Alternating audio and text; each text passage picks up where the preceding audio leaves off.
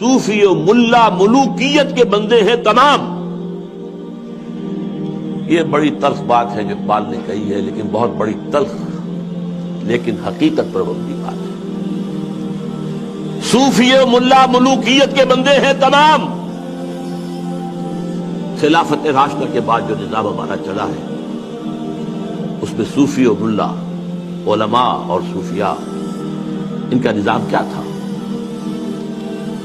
ملوکیت کو سپورٹ، ایک negative support ہے. خانقاہوں میں بیٹھو، اللہ اللہ کیے جاؤ، ضربیں لگائے جاؤ، یہ کیے جاؤ، اپنا تزکیہ کیے جاؤ، مانجھے جاؤ، اپنے آپ کو رگڑے جاؤ رگڑے جاؤ رگڑے جاؤ رگڑے جاؤ، اسی میں زندگی بتا دو،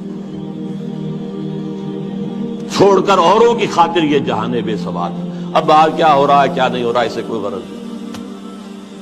شیطان ننگا ناچ رہا ہے، ناچے، ہمیں سے کیا غرض ہے؟ ہمارے پاس تو آئے ہیں، اتنے طالب ہیں، اتنے وہ سالک ہیں، وہ فلاں سالک آج اس مقام پر پہنچ گیا ہے، آج یہ مقامات، یہ سالک مقامات میں کھو گیا اور یہ امت خرافات میں کھو گئی. یہ سارا معاملہ جو ہے، اور ملا کا معاملہ کیا ہے؟ دو طرف سے. ملا نے سب سے پہلے، ہمارے فقہا نے متغلب کی حکومت کو جائز قرار دیا. یعنی اگر کوئی شخص اپنی قوت کے بل پر آ کر حکومت پر قبضہ کر لے تو جائز. اور حکمران کے خلاف کوئی بغاوت نہیں کر سکتے جب تک کہ وہ تمہیں کفر کا حکم دے. کفر کا کائے کو حکم دے گا؟ وہ اپنے عیش بنائے گا، اپنے محل بنائے گا، اپنے رنگ رلیا کرے گا، اپنے آپ کو کفر کا حکم دینے کی ضرورت کیا ہے؟ یہ تصور ہے جو سنی اسلام کے اندر اس کی رگوں میں چلا گیا اور اس نے سن کر دیا اسلام. استثناء اگر ہے تو شیعہ اسلام ہے. وہ تسلیم نہیں کرتے، چاہے کھڑے نہ ہو، مقابلہ نہ کریں، تسلیم نہیں کرتے، ذہناً ریکنسائل نہیں کرتے، نفرت کرتے. یہی ان کی پوری تاریخ کے اندر ہے. لیکن ہمارے ہاں کیا ہے؟ شیخ الاسلام بن کر بیٹھے ہوئے ہیں. استاد نے، امام ابو حنیفہ نے تعاون گوارا نہیں کیا اس ملوکیت کے ساتھ. عہدے کی پیشکش کی گئی، قاضی القضات ہو جاؤ گے تم، تمہارا فتویٰ جو ہوگا وہی قانون بن جائے گا. نہیں، ہرگز نہیں. جیل کاٹی، مارے کھائی. شاگرد نے، قاضی ابو یوسف، عہدہ قبول کر کے تعاون شروع کر دیا. استاد نے کہا تھا مزارعت حرام، جس کی زمینیں خود کاشت کرے. شاگرد صاحب نے کچھ تھوڑی سی شرطیں لگا کے مزارعت جائز. کیوں؟ ملوکیت کے پاؤں ہوتے ہیں جاگیردار.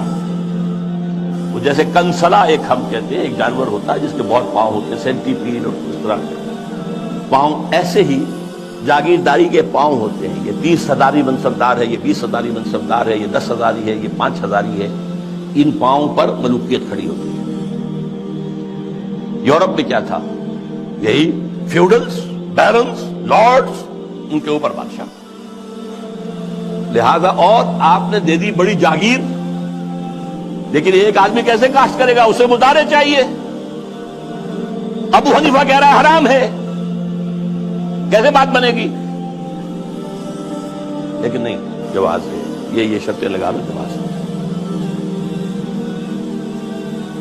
نمبر 3، اس سے بھی زیادہ تلخ، سود کی بھی ایک گنجائش اسلام نے پیدا کر دی. یہ ہماری فقہ، آپ جان لیجئے، فقہ کی بات کر رہا ہوں. کتاب و سنت ہے ہمارا دین اصل. ایتونی بشیء من کتاب اللہ و سنت رسولہ حتی اقول. یہ فقہ دین نہیں ہے. اور نمبر 2، علماء نے علم کلام کی جو بھی بات کی ہے، جو ان چیزوں کو جو بعض طبیعیاتی مسائل ہیں ان کو بحث کا، نزاع کا جو موضوع بنایا ہے، یہ دونوں چیزیں بھی، وہ سے بھی عمل کا جذبہ سرد ہو جاتا ہے. تو یہ پیسیفیکیشن جو ہے، پیسیفائی کر دینا عوام کو، طلب تقدیر ہو جانا. کوئی متغلب ہے تو کوئی بھی ہے، بھائی طاقت والا ہے، آ گیا ہے، اب تو ماننا ہے، اب تو وہی امیر المومنین ہے، اب تو اسی کا حکم ماننا ہے، الا یہ کہ وہ کفر کا حکم دے بس. اور یہ کہ جاگیرداری جو ہے وہ جائز ہے. حالانکہ آپ کے علم میں رہنا چاہیے، پہلا مجدد اور مجدد کامل عمر بن عبد العزیز، انہوں نے صرف 2 کام ہی تو کیے تھے نا، کیا تجدید کی تھی؟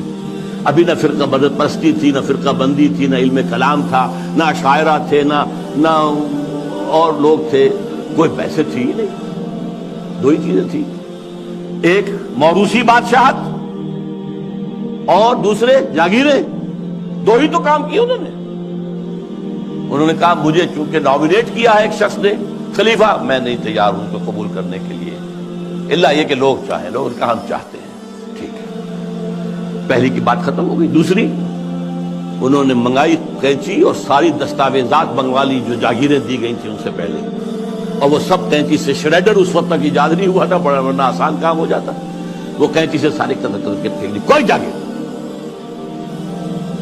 لیکن اس کے بعد کیا ہوا؟ جاگیرداری بھی آئی، غیر حاضر زمینداری آئی، یہ سارے شیطانی جو ہے چکر سارے کے سارے آ گئے۔ تو فرمایا یہ ہماری سعی پہم کی کرامت ہے کہ آج صوفی و ملا ملوکیت کے بندے ہیں تمام۔